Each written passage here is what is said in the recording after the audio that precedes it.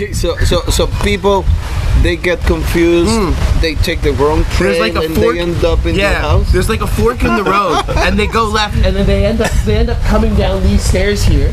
So the dogs go crazy right when they get to where that kind of yellow plant holder is, and the dogs go nuts. Then we actually, Alvin bit one guy once on the thigh. No way. Yeah, a little bit of blood, just a little. It wasn't bad. It was like a scrape, right? You know, like imagine if you were jumping into the water and you slid on the rock a little bit or whatever, right? Like a scrape like that. It wasn't so bad. It didn't like break the skin, but there was a bit of blood and stuff. It was pretty I felt bad for the guy. I had to be super Canadian and apologize a lot. He won't be back. I don't think so. I don't think I'll make that mistake again. Alvin's teeth. Did you see Alvin's teeth? They're huge, man. Yeah. Well, that dog's a lot. It's a Belgian Shepherd. It's a big dog, yeah. No, it's more a German Shepherd, no? No, It's between. They're called Belgian Malinois, actually. Yeah, it's the same. They're cousin dogs. They're cousins, right? Yeah. He looks like a Belgian Shepherd. Yeah. They're very similar in look. Yeah. I think the difference is that the Shepherd's back area slopes down a lot more. Like the Belgian Malinois is a lot more straight like this, whereas the German Shepherd's a little bit more like that, right? Yeah. I think that's the difference. I'm no dog expert. But, Alan. Yes. Tell us, how did you come with this idea of building this? Did you build it or you bought it? No. We bought the place. Our realtor showed it to us, and it had been abandoned for probably 8 years. And my wife took one look at it, and it was in terrible shape. There were bats inside, there were rats inside, there were... Wow. You know, the doors were all deteriorated from the weather, and it was a real handful. Plus the casita upstairs that we have too, it was occupied by squatters that we had to get rid of, and the place was a mess. But anyway, Peggy fell in love with it, and the price was right. Because it was in such bad shape. So we bought it and embarked on a year and a half of renovations to, make it livable and to how we wanted it. And now we've turned it into a busy little bed and breakfast. We rent out the casita, and we have a suite downstairs that's really beautiful that I will show you later. And so that's our life now. It's here at Colomitos Beach, and it's very relaxing, and it's nice to enjoy a glass of wine and a nice cigar with a good friend. Yeah, we appreciate your invitation. Well, sort of invitation. It was a self-invitation.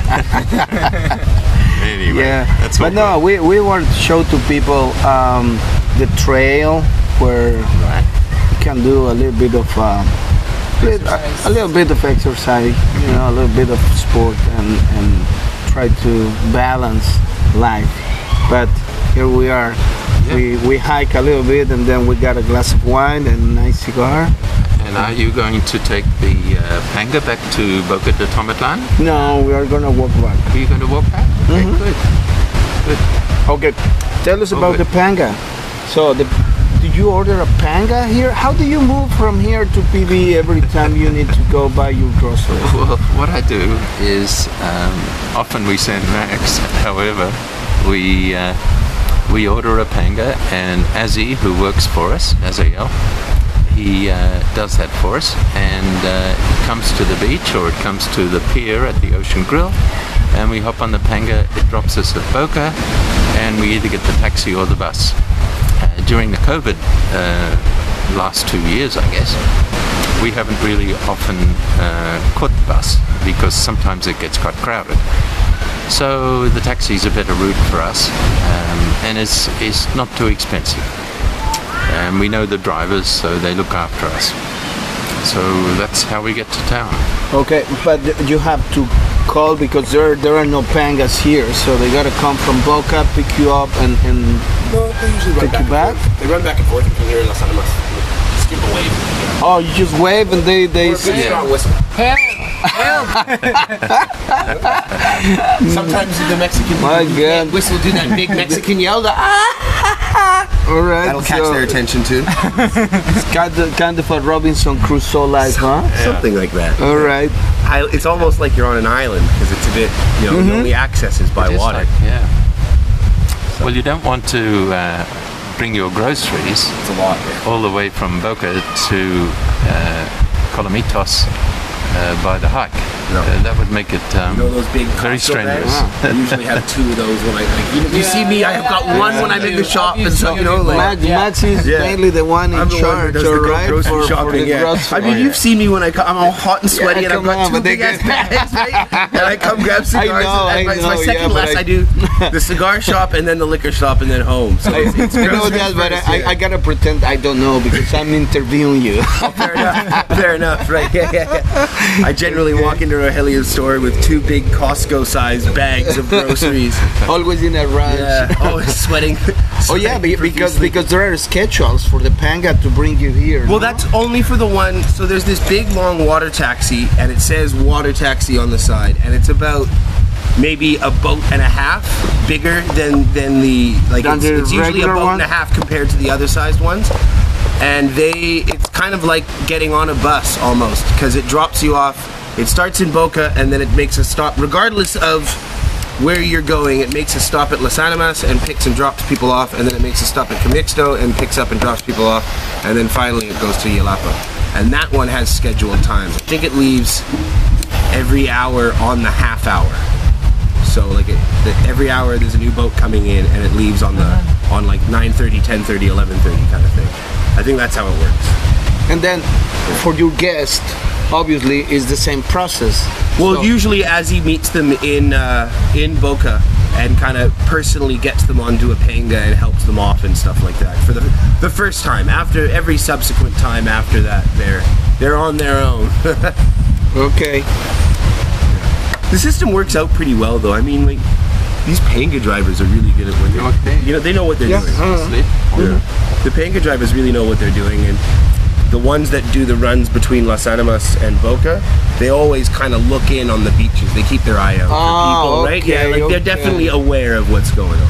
You know? So if I Right. see. Yeah, the thing is the pangas coming from Boca, they have these good attitude. You Yeah, know, exactly, To look Correct. after. Yeah, if yeah. somebody wants to. Well, also go they want to back. make that money too, right? Of course. So there's a couple extra people that they can pick up. That's an extra 50 pesos per person, Try right? to make So some extra money. try to get an extra buck, which is a smart Yeah. thing, you know? It's just The- good business. Yeah, the thing is when I have to ship some cigars to you, they come from Yeah, Vallarta. Vallarta, Zona from Los Romantica. Muertos Pier, and they don't stop here.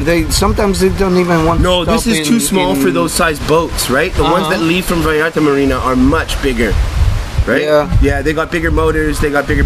Sometimes Yeah. the waves get pretty high in here, so the big boats like that they can't. Yeah, They can't get I close got enough it. to pick people up, right? See, But the other thing to add to what Max is telling you is that we've lived here for 5 years now. So what happens is the panga drivers all know us, and they know that it's Alan and Peggy and Max, and they sort of keep an eye out for us. You know, so I would say in a sense they're quite family oriented and they look after us. So- yeah, you are part of the community now. So for better or worse, we're part of the community. That's how it goes. Well, that's pretty good. So you got adapted to this. Yeah. Except they To can't the- speak a lick of Spanish. Dad does not. I mean, I know a little bit, but ¿Cómo está tu español, Max? solo medio bueno, amigo. Un poquito. Yeah, sí, mucho practicar necesito. Sí. Yeah. Una cerveza más. Una cerveza más. Yeah, I can get into a taxi and tell the guy where to go, basically, and I can order my food and drink. ¿Qué hora es? Yeah, what time is it? I got that one. I remember that one. Yeah, I got that one. K-O-R-A-S. Que hora esta? Yeah. In my terrible American accent, even though I'm Canadian. And talking about where you are from Australia. Australia. Dad's originally so from Australia. You were born in Australia, Yes. but you moved to Canada. In the When I mid was 70s. when I was 25 years old. Yeah. They went from plus 40 degrees Celsius to minus 40 degrees Celsius. They went from one of the hottest places on Earth to one of the coldest places on Earth. And he came back to Edmonton, 25 Alberta. Celsius Yeah, again. man. That was your destiny. 25, minus 25, 25 again. Perfecto. Yeah, perfecto. He did have some fun in the snow for a good 20 or 30 years, though. He was a pretty avid snowboarder when he moved to Canada. Yeah. When you moved to Canada, did you play hockey? No. But he fell in love with it because he started his first city that he moved into was Edmonton, and in the 80s Edmonton was spectacular with that Wayne Gretzky guy and Mark Messier and all those fantastic players that they had. And Dad, was in the city when all that was going on, when they were winning Stanley Cups and things. So Yeah. pretty exciting time to be. It's probably the only exciting we got time to enjoy watching hockey. rather Watching than hockey, but not playing. No, because Did he play hockey? no. I played roller hockey. In Australia, the same. you don't learn how to skate. No, there is no ice. Yeah. Okay, but what about polo? Polo, no, you have your wasn't horse? my thing. No, I didn't have a horse. I was into cricket. Oh, and, cricket. And cricket is a Played for a sport. time in Canada too. It's a big sport played by millions and millions of people around the world, but just not in Mexico. Or in North America that much, really. Not so much. I mean, there's a lot of Pakistani and Indian people in Canada who like to play just for fun, but there's not really an organized league or anything like that for anything in North America. There is another game. Do you remember when we went to Lacrosse? Oh, Lacrosse? lacrosse. Yeah, Yeah, the that's a- balls. yeah, The and- ball yeah. and you jump. That's a scary sport. Box lacrosse. But they have a version of lacrosse in Canada called box lacrosse, and it's basically the same thing, but you play with hockey pads and you play in a hockey rink, just not on ice. Like you run around. So it's like lacrosse with the rackets and the tossing the ball and shit, but you have big pads, so everyone just like starts running into each other. Canadians like to hit each other. What can I say? That's good. We like running into each other. It's a lot of fun. It's Mercado Olin, just in kind of near behind your other location. Right? Okay. Yeah. Well, Yeah, go let's for try it. It's spicy, man. Oh, it's so sweet. No, Mexican. So. no, it's spicy. Right? Yeah. Yeah. It's good though. It's, It is? yeah, it is. No, so So it's going to ruin my wine? could No. be. Try No, it. try it. Try Try it. one shot. We'll see if Rogelio's a bit tougher. We'll give him a little bit more. It's not so spicy, but Okay, let's see. So this is Japanese. Yeah, it's called wasabi. It's the root of a plant, and they grate the root and then mix it around with some water to kind of like turn it into a paste and spicy. Konshua. It might be horseradish, Max. It's similar to horseradish, but it's not. It's a different plant. más o menos. Está rico. Holy shit. Yeah, right? It is spicy, eh? It is spicy. This is my water? I gave him a bit I more. hope so. No. Yeah. So Yeah, in high it's school, we mine, convinced yeah. one of my friends that this was Oh, fancy it's good. Japanese It's good. toothpaste. It's just And we spicy at the put, like, beginning, a but big it has a on good its aftertaste. toothbrush. Yeah. No, I don't need the water.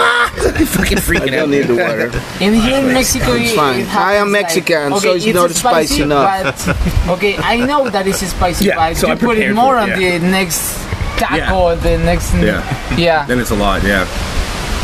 I don't know, I find this like when you do the serrano pepper, that one's spicy. But other than that, I find most of the Mexican chilies are mild-ish. You know, like jalapeno's not that spicy. Chipotle is spicy, but it's also got like all that smoky. Yeah, but it's just flavors. smoky. Yeah, it's all smoky and lovely. There's tons of flavor nice. going on, right? Yeah. I guess the adobo is pretty spicy though. Yeah. That one's kind of hot. Yeah, the the one for the cochinita pibil. Oh God, I love that dish. Yeah. I love that. Habanero? That's Cochinita pibil that with pork habanero pickle one sauce. that they Yes. have. It's so good. Very good. As you can tell, the conversation went from Villa Moroc to everything what we Mexico. like. But that's a good thing about smoking cigars, you know? Yes. We have a good time, we smoke cigar, and we talk about whatever. Anything we want to. Yeah. Anything we wish. Yeah. Yes, we and when drink wine. I visit Rogelio in his shop, El Gato Gorro, on Olas Altas, he's always very happy to see me, and we talk about real estate. we talk about other things. Or the stock market. Or the stock market, or commodities, or gold, or silver, or whatever. Yeah. So it's those are- always, you know, when I light up a cigar and Rogelio has a drink. Yeah, you can tell I like talking and I'm listening. usually in and out. Why not? Why not? Yeah, why- Alan has Max is I'm in back and and out. forth. It's I'm like, in and out, man. like a squirrel with caffeine, one side to the other. Yeah, Rogelio, can I use your bathroom? Thanks. Okay, bye. yeah. So you guys are pretty well adapted to Mexico, huh? I think so. Yeah, I think Yeah? so. For me, is the language is a bit of a problem, and I would probably take classes if I lived in Puerto Vallarta, It's too hard. where they're available. But out here, the only Spanish I get is from. You know, from Azael, yes, who lives with us practically. And the problem is he speaks fluent English. Hey, quiet. So that being my... Oh, there they go. This might be someone coming down from the hills. When they smell someone, That won't last fuck long. off. Okay, so what we were talking about is going to be exemplified. Yeah, right it might, now. it may be, possibly. Oh no, here they come. Sometimes it's a false alarm. False alarm. Yeah. False alarm. Yeah. Oh dear. And is that dog like mine? That is like Yes. three steps behind me. Anywhere I go, I know- move and he's right after me. Exactly, and they just want to. They want to be with you and close to you everywhere you go. Alvin just wants But to your dog warms up to me after a little time. You know, he smells me and he recognizes me. So Yeah, he knows you are friend. yeah, Of course, that's the idea. You know, to also I'm so to glad you guys got an show opportunity to come out. people That's great. show people another option. Yes. Because it's gonna be very unique. You know, how many places are like this that the only way to get in is by boat, and you are Desolation Sound? That's Kind of. that's Desolation Sound is a small area in British Columbia, Canada, and like it's on the mainland. It's part of the Canadian land country. It's not on an island or anything, but you can only get there by boat because the highway can't cut through all the mountains and stuff there. Mm-hmm. So you have to take a boat in. yeah. This is something Yeah, it's similar. similar. Yeah. Yeah. and it's good for privacy for people Exactly. who want to come and And relax. just.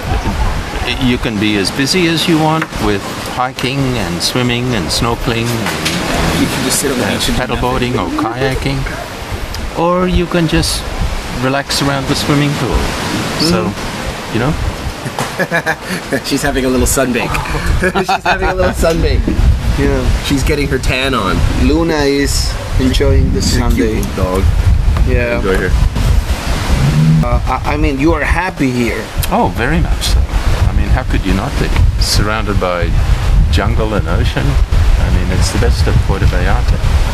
And the funny thing is, you know, we've looked around at some other opportunities in different ways of living in Puerto Vallarta, and the problem is you cannot replace something like this. How do you find something like this? You can't. So, Yeah. so I mean, unless you bought somewhere way up in near San Pancho or Yeah, something. Guayabitos or something like that.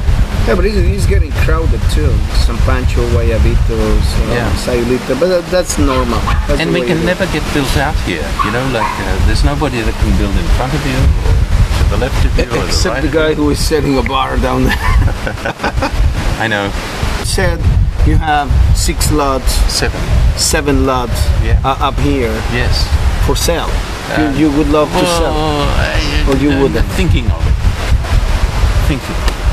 Okay. You know, if we find like-minded people who would suit living in an environment like this, and we have to share some things. We would have to share, you know, electrical power, and we would have to share water and things. So we would all have to be compatible. Otherwise, Just keep them. just keep them. Yeah. And they're for the future. Okay. Maybe for my kids or whatever. Yeah. Yeah. That's good. Yeah. And look at my cigar. The ash is beautiful. Huh? That is good. Yeah, but this one, the ash is nice. It's burning very evenly. You know, this is something that we cigar smokers pay a lot of attention, the quality of what we're smoking. But this is no the topic today, the quality of the cigars. The topic is your villa, and it's a lovely place. I'm happy to be here. That's good. Yeah, That's good. no, Well, when we first bought the place, the jungle was everywhere. Like the jungle had grown over the steps up to the villa. The jungle had taken all the view. yeah, it was covering everything. No? Well, the jungle was everywhere. It was crazy. And so it took us about 6 months to, in English we say, tame the jungle. Oops.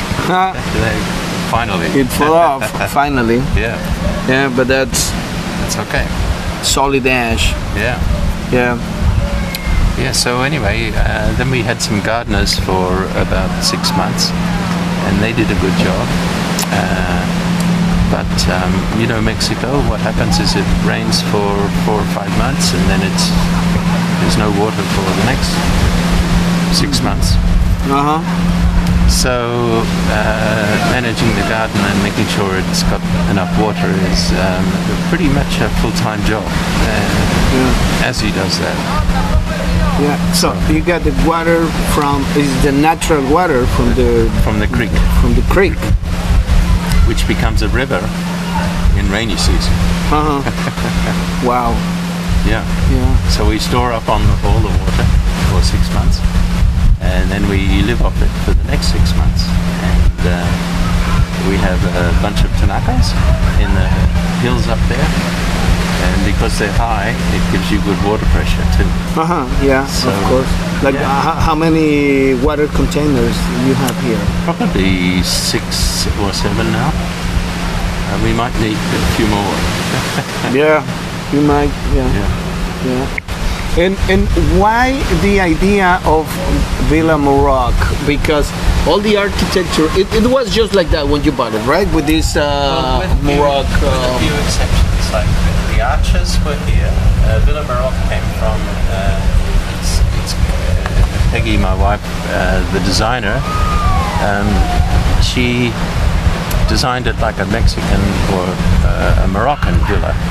Mexican Moroccan. Mexican Moroccan, and so it had the high ceilings, and she wanted the bold colors of Mexico, and she wanted an indoor-outdoor feeling like you get in Mexico, but within the confines of Moroccan furniture and Moroccan archways, and so the combination of the very high ceilings and the large archways and it gives it that Mexican Moroccan feel. And also what she did was she made a few of the archways bigger, and when I show you downstairs you'll see that we had small windows that she made very large, so that they're walk-in, walk-out archways just like this, and had special glass doors made for them. So we kept the Moroccan feel, but with a Mexican twist, so that it suited this kind of environment that we live in. Yeah. So that's how it evolved. Combination Mexico, of course. You're in Mexico and the Moroccan. Yeah. And even your chair. Even my chair. Chair of the king. You're my chair, yes. Yeah, that's the king's chair. Good. El Patron. El Patron. Yeah. And for we the plebeyos, we got the chairs. Yeah. That's nice. It's a beautiful place. Yeah. It's a lovely spot. And when you need materials, it's the same thing. You bring them all by boat. By boat. It gotta be expensive, no? Well, it does cost you a bit extra. Yeah, because you have to hire a bunch of boys from the village to carry the stuff up the hill for you. To make your pyramid. Yes. So there was there was quite a bit of that at the beginning, but it's we've got it down to a sort of a minimal line, just groceries now, really. But yes, at the beginning it was all came by boat. All came by boat.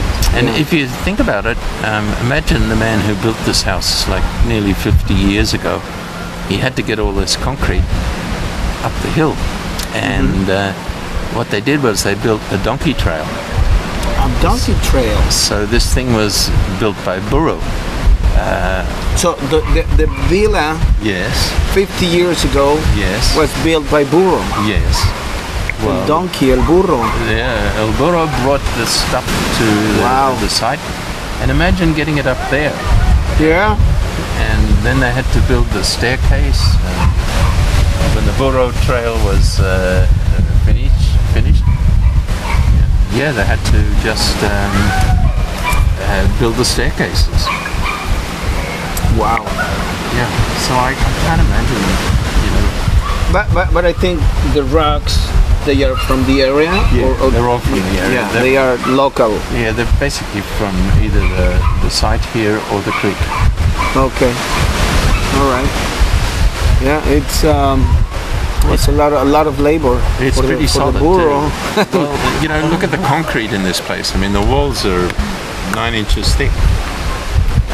Solid concrete. And what about hurricanes? Are you afraid of hurricanes here? Well, we've been through a few. We've had 3 since we've lived here, and the big one was Nora that caused Nora. all the damage downtown. And what happens is this mountain behind us, the bad weather seems to come from the south, so this mountain protects us. The wind goes up over the top of it, and it doesn't drop down on us. It goes. So what you have is a little protected cove, and even in the height of the hurricane, the waves in the little Colomitos beach were, you know, very mild. So it just missed us completely. Okay. Well, that's good. You feel safe here? I do. It's not too bad. I do. Yeah. I don't worry about too much because we are. The isolation helps, I think. You know, if anybody was trying to do something bad, they'd have to get a boat here in the middle of the night, and then they'd have to figure out how to get home, and then everything we own is too heavy to carry. So, Yeah. Except for the credit card. the credit card and the dogs. Yeah. Although I wouldn't want to try and get Alvin in a boat. Now, let me ask a question, Roger. Would you like to have a little camera tour of the inside of the house? Yes, of course. Okay, Yeah. well, we are you- good. And when you got here, the doors, they were already here. So those are the original doors. We had to send them out to get repaired because they were the weather had deteriorated. So we built doors like this. The last door. Yeah, the glass doors in here. Yeah. And we just left this the way it is, and it drains very well. It drains under the swimming pool and out into the jungle. Okay. Yeah, it doesn't matter, cyclones, hurricanes, whatever, this drains really, really well. We've never got any water in here. No water here. All right. And it comes down in sheets. Comes down because this is the natural rock Yeah, from the hill, the mountain. yeah, So it rains, the water goes here, yeah, gets here, yeah. and it goes down to the Underneath the swimming pool into the, yeah. Wow, it's nice. I know, it's It great. is nice, and all the chandeliers and everything is the original stuff. Yeah, the chandeliers are all original. This table's original. The chairs are original. They are nice. Yeah. King and queen. King and queen, yes. Yeah. And the 2 that are out there used to be here too. Yeah. And I see you have the AC. Do you use the air conditioner quite often? No, well, that's the one to Max's room, and he uses it in the summertime. In the summertime. But But it's normally it's pretty fresh in here. It's cool in here. Yeah. You know, like it's not. We lived last summer. We didn't turn the aircon on once. All right. Yeah, because it's just the breeze. You leave the doors open. Yeah, and it's This is our kitchen. It's a working kitchen. You can see it's a bit messy, but that's how it is. And this is all brand new. We had to rip everything out from here. Tell me about the fireplace. Well, the fireplace is great. We had bats living in it when we first started. But We had nothing but bats, so I did a fire, and you know, and as it did, and the next thing you know, they disappeared. But, you know, if you remember last December, it was really cold. it was. It got down to like 7 or 8 degrees. Yeah. So we had the fire on a few times. Okay. You know? It's always good, huh? Oh, it's beautiful. It's good to have a fire. Yeah. Fireplace. And this was ours. This is from France.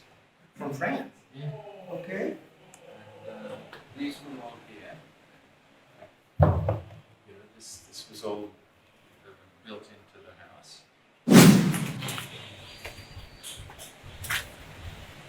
So here's the kitchen. Okay. And as he put this mural up, He painted it? no, he got a special wallpaper from where Okay. It's the wallpaper. yeah, it's nice. So we have like a fully functioning kitchen, which is nice. And then we have a bar. There. I like that. I like the bar. Yeah. Yeah, the view is beautiful. So if you spend a good time here, that's the best view so far. Yeah.